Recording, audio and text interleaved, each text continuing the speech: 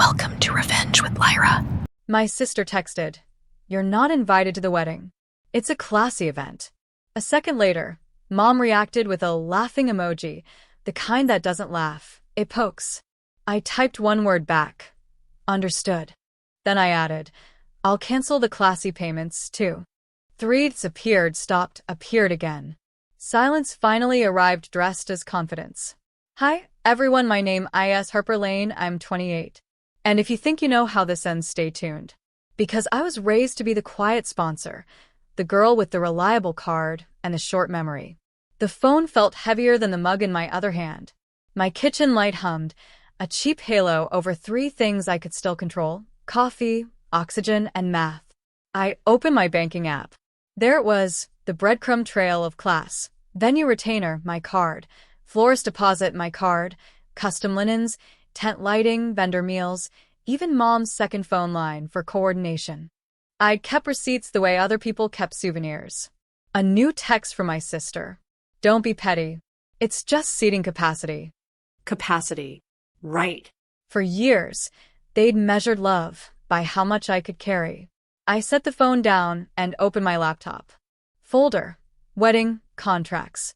Venue terms blinked back at me in 11-point times New Roman, unromantic and perfect. Primary pair retains scheduling control. Auto charge of final balance.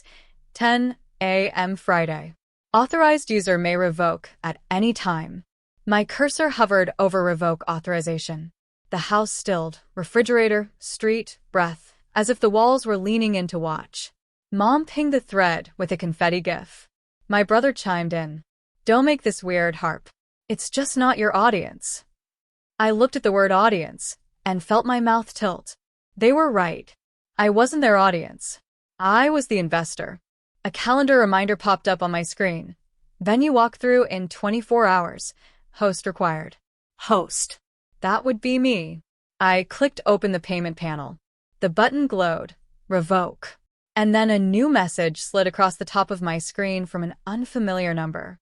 "Hi Harper, this is the venue manager. Quick question about who actually controls the date." The message sat on my screen like an unopened gift. "Hi Harper, this is the venue manager. Quick question about who actually controls the date." I stared at it for a full minute, steam curling from my coffee. Then I typed back. "That would be me. I'm the payer on file." 3 seconds later, her reply came. "Understood. We just needed confirmation. We've been contacted by your sister about upgrades, but those require your approval." I smiled, small and sharp. "Of course," I typed. "Hold all upgrades until further notice." And just like that, their glitter fountain froze mid-sparkle. By noon, Mom called, cheerful in tone, brittle underneath. "Sweetheart." The planner mentioned a little confusion. "No confusion," I said. "Just clarification." "Well, it's your sister's big day. Don't make her stress." "I'm not. I'm making her accountable." The silence after that sentence was its own applause. I spent the afternoon reviewing more contracts. The floral company, the caterer, the photographer, all under my billing address. Each one ended with the same sentence. Authorization may be revoked by account holder at any time. I wasn't sabotaging anything. I was simply logging out. By 5 p.m., my phone pinged again. "Harper, Mom's freaking out. The caterer says payments paused." "Correct," I typed back. "The event is paused until I'm treated like family, not a wallet." 10 minutes later, Mom sent one final text. "Stop being dramatic." I closed my phone, leaned back, and whispered to the empty kitchen. Dramatic is buying a $22,000 chandelier for a one-night dinner. Outside, rain began to tap the windows. The house felt quiet, not lonely, but ready. Tomorrow, I'd answer the venue manager's next question. "Do you intend to keep the date?" Yes, I thought. But not for them. The next morning, the city woke gray and polished, the kind of quiet that hums before something breaks. My phone blinked, a new email from the venue manager. "Ms. Lane, confirming your authority to either release or reassign the date. We have several inquiries pending for that weekend." I reread the words release or reassign, letting them settle like sugar in coffee. For years, I'd signed checks so my family could have choices. Maybe it was time I had one. I opened my messages to find the group chat exploding. Mom, fix this, Harper. The venue says it's frozen. Sister, you're embarrassing yourself. Brother, think long term. Family first. Family first. The phrase that always meant you last. I drafted a short email back to the manager. Please reassign the date to another client. Release authorization effective immediately. Also, send all refunds to the original pair. The cursor blinked, tiny, steady, like a heartbeat finally its own. I clicked send. At 11:23 a.m., my phone rang. Mom. Tell me you didn't just. I did, I said. The date's open now. You ruined your sister's dream. No, I said softly. You just found out who is financing it. For a moment, nothing but static. Then, you'll regret this, Harper. I already did, I whispered and hung up. I spent the rest of the day cleaning my apartment, deleting the old texts, sorting receipts, reclaiming silence one drawer at a time. At sunset, the venue posted on Instagram. New event added for the 14th, charity gala for women entrepreneurs. The photo showed the ballroom, the same one I'd booked, now glowing in gold light for a cause I actually believed in. I didn't ruin a wedding. I repurposed it. Tomorrow, they'd learn what classy really meant. By Thursday morning, the storm hit. My sister's call came first, high-pitched, rehearsed fury. You had no right to give away my venue. I didn't, I said calmly. I gave away my reservation. You were borrowing it. You're jealous, she spat. Of what? Love? Attention? Of debt, I said. Definitely debt. She gasped like I'd slapped her through the phone. Then came Mom's voice in the background, muffled but sharp. Tell her she's cut off. I almost laughed. From what? My own money? By noon, the fallout went public. The venue posted behind-the-scenes photos of the upcoming gala. A few guests noticed in the comments that it was the same date as the Lane wedding. Screenshots traveled faster than apologies. Mom texted again. People are calling. You've humiliated us. Then stop giving them material, I replied. The truth is, humiliation wasn't new. It was just finally mutual.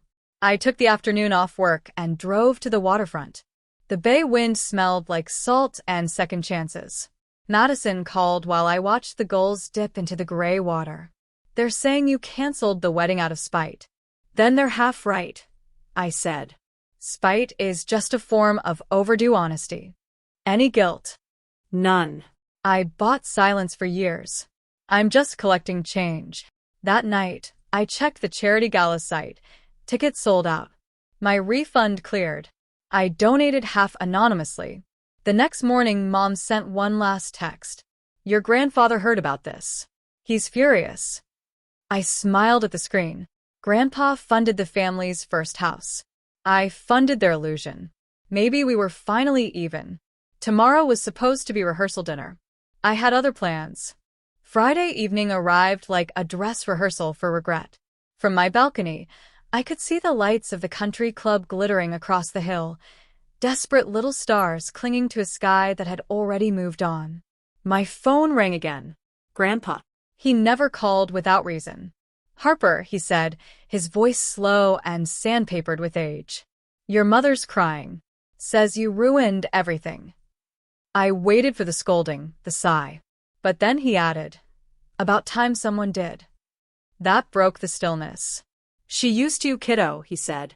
You've been paying for their class since college. I told her entitlement always sends an invoice. I smiled. It finally got delivered. He chuckled softly. Good. Let her sign for it. After we hung up, I poured a glass of wine and scrolled through social media. My sister's posts were frantic, cropped photos, cryptic captions, some things money can't buy. Comments flooded in. Didn't you lose your venue? What happened? She deleted the thread within an hour. The quiet that followed wasn't satisfaction, it was symmetry. Around 10, a message from an unknown number appeared. You think this makes you better? You made a fool of us. I didn't need to ask who it was. I typed back. No. I just stopped financing your version of me. Then I blocked the number and stepped outside. The wind carried laughter from the club, thin, hollow. I wondered if they'd still call it a celebration when half the vendors didn't show. Inside, the refund email blinked one last time, a final payment reversed. Tomorrow was the wedding day. For them, it would be chaos. For me, it would be freedom, quiet, deliberate, and long overdue. Saturday, their wedding day, dawned bright and brittle, sunlight so sharp it made the city look overexposed. I wasn't invited, but my notifications told the story for me. Posts, tags, panicked edits, ceremony delayed. Vendors missing, bride in tears. I brewed my coffee slowly. Every pour was deliberate. For once, I wasn't racing to fix a crisis someone else created. Madison called mid-morning. "It's chaos," she said, barely containing her grin. The caterer left. The photographer walked. Your sister's screaming at volunteers. I sat on the couch, watching sunlight crawl across the rug.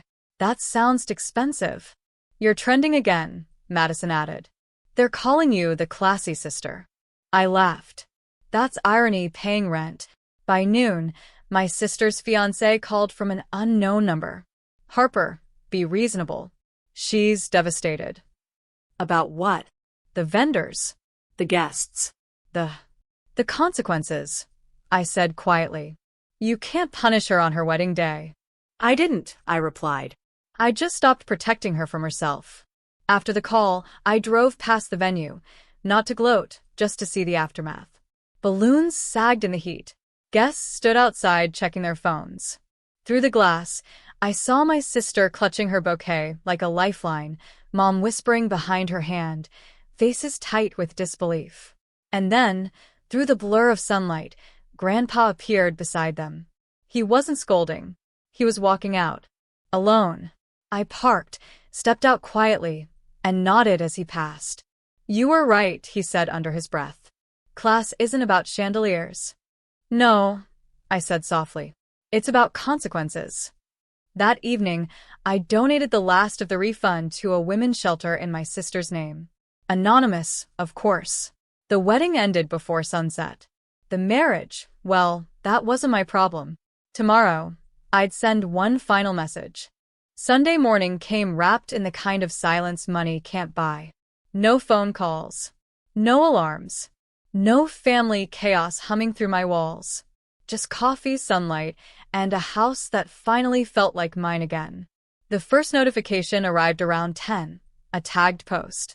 My sister had uploaded a single black and white photo, her bouquet tossed aside on the floor, captioned, "Every lesson has a cost." It had barely 50 likes. For her, that was extinction. I scrolled through the comments. Some sympathetic, most curious, a few cutting. One read, "She shouldn't have used her sister." Another, "Classy people pay their bills." I didn't click like. I didn't need to. At noon, Mom called again, her voice paper-thin. You proved your point. Are you happy now? No, I said gently. Just balance. She sighed. We're family, Harper. Exactly why I kept records, I said and hung up. That afternoon, Grandpa stopped by unannounced, carrying a small envelope. Inside was a check, made out to me, for the exact amount of the wedding's original budget. I took it from their inheritance, he said. Figured it might as well go to the only person who knows what integrity costs. I don't need it, I told him. I know, he said. That's why it's yours. After he left, I placed the check in the same folder that once held all their contracts. Then I poured another cup of coffee, opened my laptop, and wrote my final message to the group chat. Debt settled.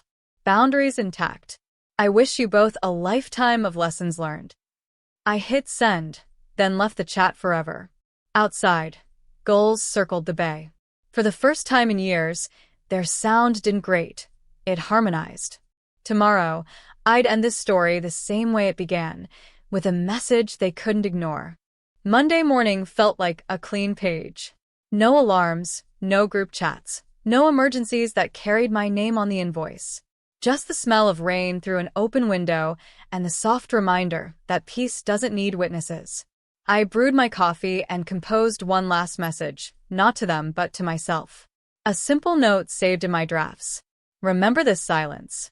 You earned it. Then I opened my email. The charity gala I'd reassigned the venue to had sent a thank you letter. Your decision helped us raise over $180,000 for women starting over after financial betrayal. I read the line twice, smiled, and finally understood. Revenge had morphed into restitution. My phone buzzed once. A text from my sister. We're moving.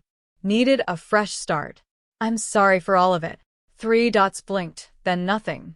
No excuses, no manipulation, just space. I typed back. Start fresh. Pay forward. Then archived the thread forever. Outside, the city shimmered